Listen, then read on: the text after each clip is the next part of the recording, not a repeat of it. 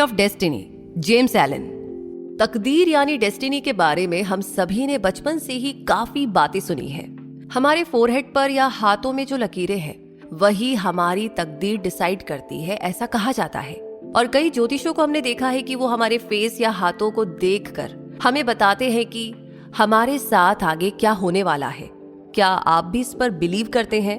Author कहते हैं कि कोई भी इंसान हमारा फेस देखकर हमारा फ्यूचर नहीं बता सकता। बेशक हमारी तकदीर हमारे हाथों में ही होती है, लेकिन उन पर बनी लकीरों पर नहीं, बल्कि ये उनसे की जाने वाली मेहनत से लिखी जाती है। तो डेस्टिनी हमारी लाइफ का कोई चांस या लक नहीं है, ये हमारी चॉइस है। हम दिन भर क्या करते हैं, हमारे मन में कैसे थॉट्स चलते हैं, हमारी थिंकिंग, हमारा फेथ, हमारा बिलीफ, ये सब कुछ मिलकर के हमारी डेस्टिनी बनाती है। तो डेस्टिनी बुक से कुछ की इंसाइट के थ्रू डेस्टिनी से जुड़े बहुत सारे सवालों पर बात करेंगे और साथ ही साथ जानेंगे कि आप इसे खुद अपने हाथों से कैसे बेहतर बना सकते हैं। तो हमारे साथ अंत तक जुड़े रहिए। की लर्निंग। हमारी सोच हमारे एक्शंस को डिफाइन करती है और हमारे एक्शंस हमारी डेस्टिनी को। वैसे ये कहावत तो हम सभी ने कई बार सुनी है, What you sow, so shall you reap। मतलब हम जैसा बोएंगे बिल्कुल वैसा ही काटेंगे। हम क्या कर रहे हैं, कैसे कर रहे हैं, हमारा ऐसा करने से किसी और की जिंदगी में क्या इफेक्ट पड़ता है, ये सारी बातें हमारे प्रेजेंट और फ्यूचर दोनों पर असर कर सकती है। ऑथर कहते हैं कि एक बात आप हमेशा याद रखिएगा कि हमारे एक्शंस हमारी आगे की लाइफ में होने वाले रिएक्शंस को डिसाइड कर रहे होते हैं। अब आसान शब्दों में कहा जाए तो ये हमारी तकदीर बनाते हैं, डेस्टिनी को बनाते हैं। हम चाहे तो अपने बुरे कर्मों को सुधार सकते हैं सो दैट हमारी डेस्टिनी में लिखा हुआ फ्यूचर खुशियों से भरा हुआ होगा।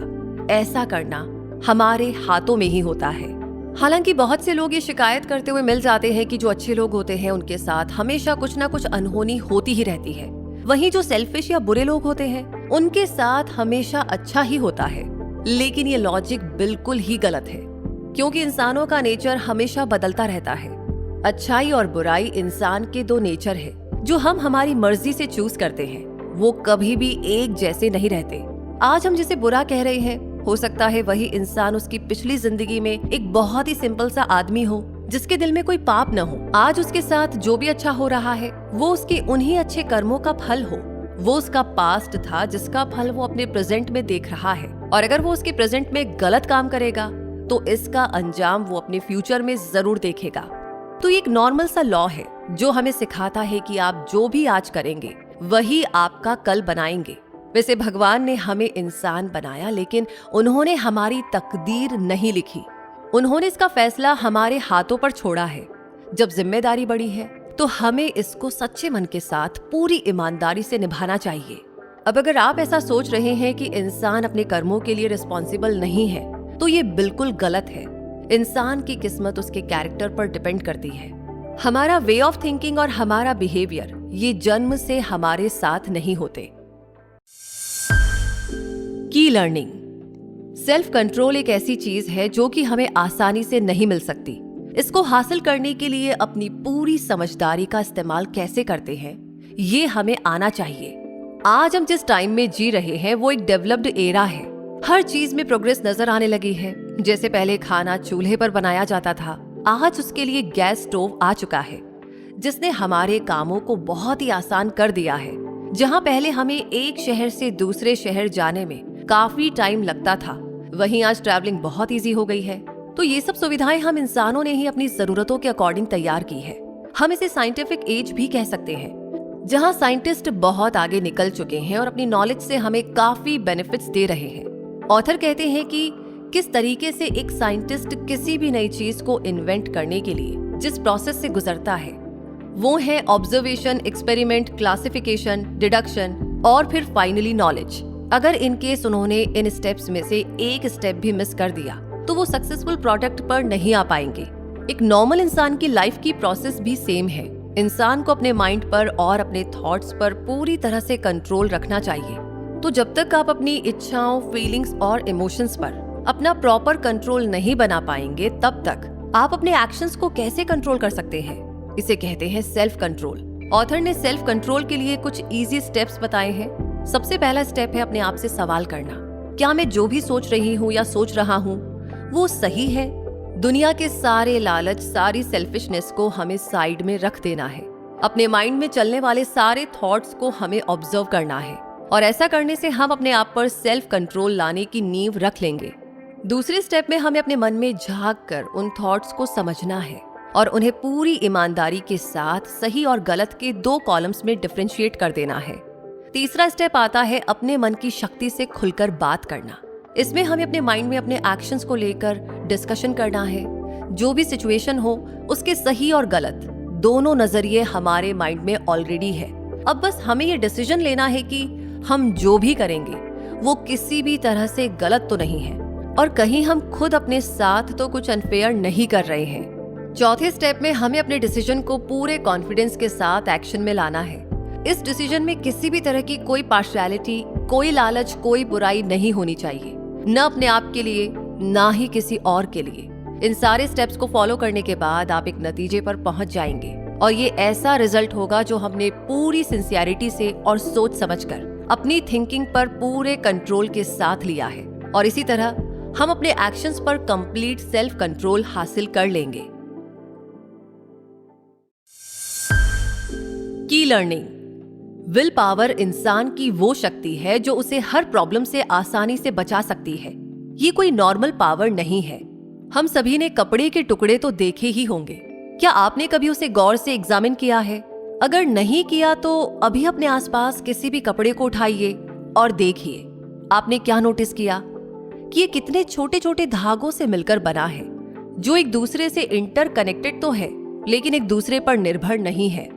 अब अगर हम उसमें से एक धागे को पकड़कर खींचने की कोशिश करेंगे तो वो एक धागा ही खींचता चला आएगा, बाकी दूसरे धागे नहीं खींचेंगे। तो बस यही सेम फिनोमिनन हमारी लाइफ के साथ है। हम सभी एक दूसरे से इंटरलिंक्ड तो है लेकिन एक दूसरे पर डिपेंडेंट नहीं है। ऐसा नहीं हो सकता है कि किसी दूसरे की अच्छाई का रिजल्ट हम अपनी लाइफ में देखें। हमारे साथ क्या हो रहा है उसके जिम्मेदार हम खुद ही हैं। जिस तरह से एक लो क्वालिटी या फिर चीप धागे मिलकर एक मामूली सा कपड़ा बनाते हैं जिसकी कोई वैल्यू नहीं होती, उसी तरह से हमारे सेल्फिश थॉट्स और बुरे कर्म हमें कभी भी एक खूबसूरत लाइफ नहीं दे सकते और ना ही वो हमें कभी मेंटल सुकून दे पाएंगे। तो बिना अपने सोच और विचारों पर कंट्रोल लाए हम ये सुकून कभी भी हासिल नहीं कर सकते। इस सुकून को पाने के लिए हमें अपनी विल पावर को मजबूत करना ही होगा। किसी भी प्रॉब्लम में हमारे पास 2 ऑप्शंस रहते हैं, या तो हम उस सिचुएशन का पूरे विश्वास और हिम्मत के साथ सामना करें या फिर उसके आगे डर कर अपने घुटने टेक दें। इसमें से हमें क्या चूज करना है, इसका फैसला हमारे हाथों में ही है। ऐसे समय में हमें अपनी विल पावर को मजबूत करने के लिए इन चीजों का बहुत ध्यान रखना चाहिए। सबसे पहले तो हमें अपनी बुरी आदतों को छोड़कर अच्छी आदतों को अपनाना चाहिए। दूसरी चीज ये है कि उस पर्टिकुलर प्रॉब्लम को हमें किस तरह से डील करना है, इस बात पर बैठकर शांति से प्रैक्टिकली और इमोशनली दोनों ही तरह से सोचना है। तीसरी और सबसे जरूरी बात यह है कि हम जिस भी नतीजे पर आए उस पर पूरे विश्वास के साथ एक्शन लेना है और आपको उस समय किसी भी चीज से डरना नहीं है। और आखिर में हमें अपनी टंग यानी कि अपनी जबान और अपने दिमाग दोनों को कंट्रोल में रखना आना चाहिए। ये बहुत ही इंपॉर्टेंट स्टेप है क्योंकि ये दोनों चीजों का मिसयूज हमारी कोई भी प्रॉब्लम सॉल्व नहीं करता, इनफैक्ट उसे और ज्यादा बढ़ाता है। की लर्निंग। इंसान का कैरेक्टर उसकी लाइफ की वो इमारत है जिसका बिल्डर और रखवाला वो खुद है। ऊंचे सपने देखना गलत नहीं है, न ही उनको अचीव करने के लिए मेहनत करना गलत है, लेकिन इनको पाने के दौरान एक छोटी सी गलती हम हमेशा कर बैठते हैं जो हमें अपनी मंजिल से पीछे ले आती है। और वो ये है कि बड़ी चीजें पाने के चक्कर में हम उनसे जुड़ी छोटी बातों और कामों को नजरअंदाज कर देते हैं। ये छोटी बातें सोचने और समझने में तो बहुत मामूली लगती है, लेकिन ये हमारे इस सफर की जान होती है।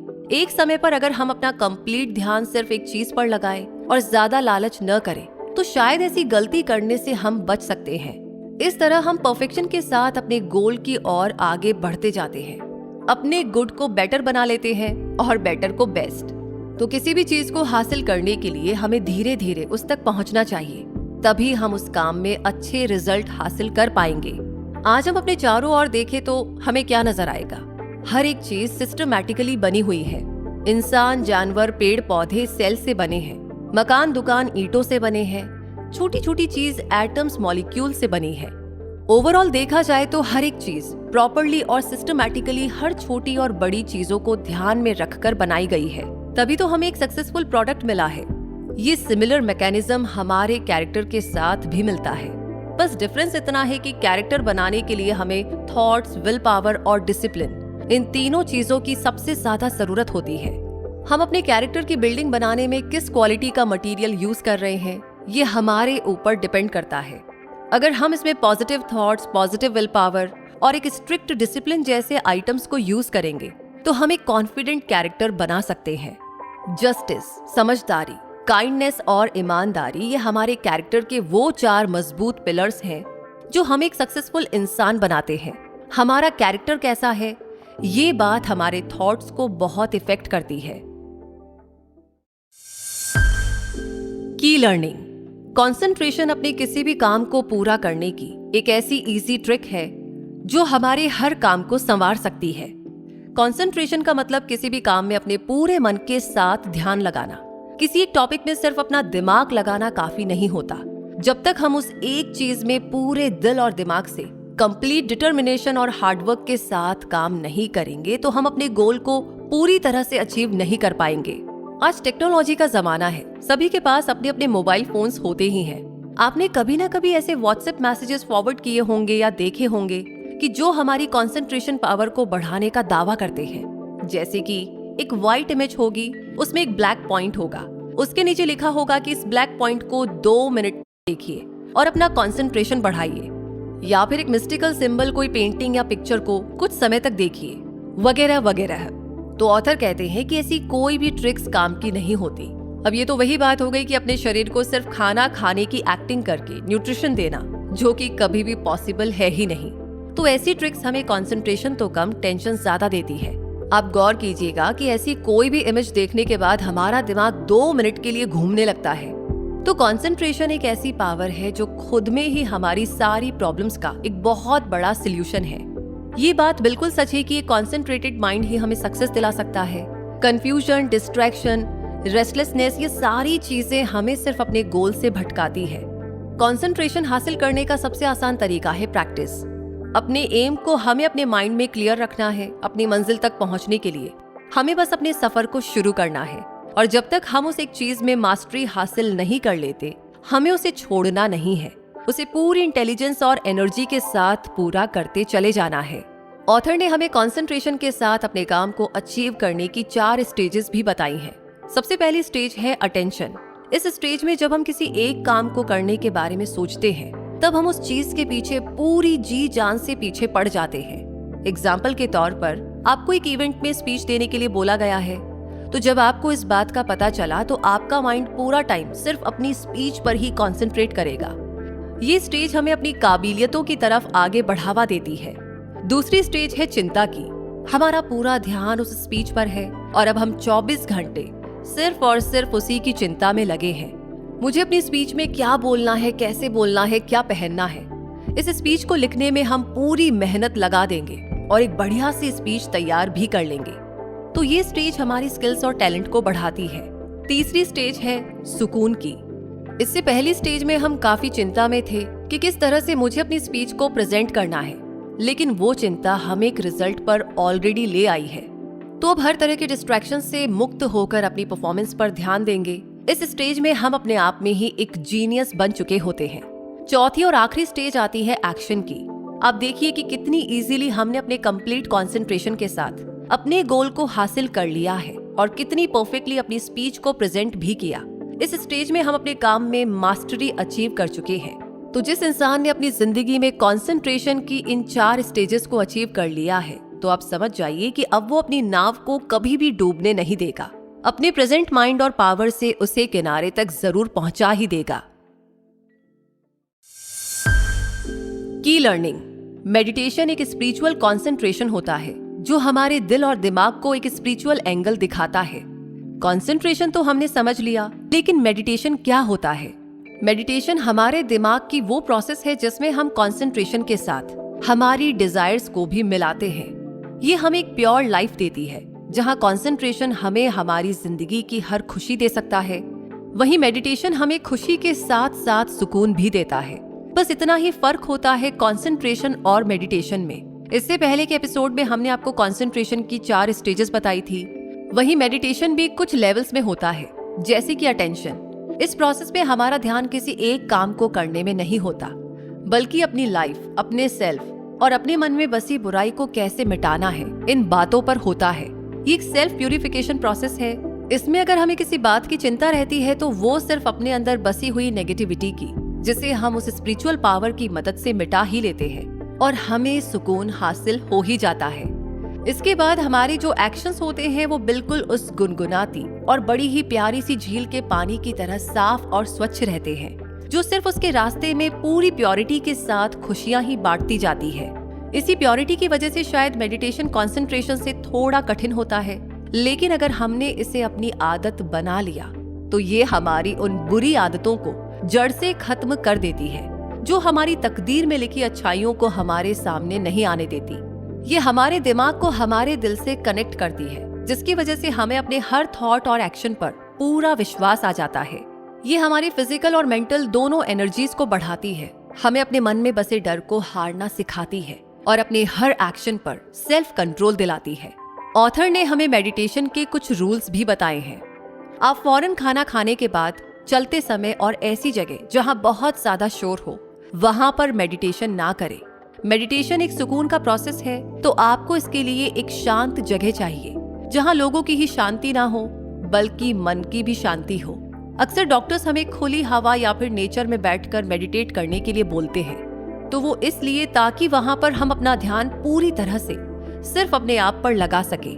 यही हमें हर प्रॉब्लम का सलूशन दे सकता है। ये शो पूरा सुनने के बाद आपको समझ में आ ही गया होगा कि किस तरह से हम अपने विचारों की कठपुतली होते हैं, लेकिन भगवान ने हमारे विचारों का चुनाव हमारे ही हाथों में रखा है। आप अपनी डेस्टिनी के मालिक तभी बन सकते हैं जब आप अपने थॉट्स और इमोशंस को कंट्रोल करके उन्हें सही डायरेक्शन में लाएंगे।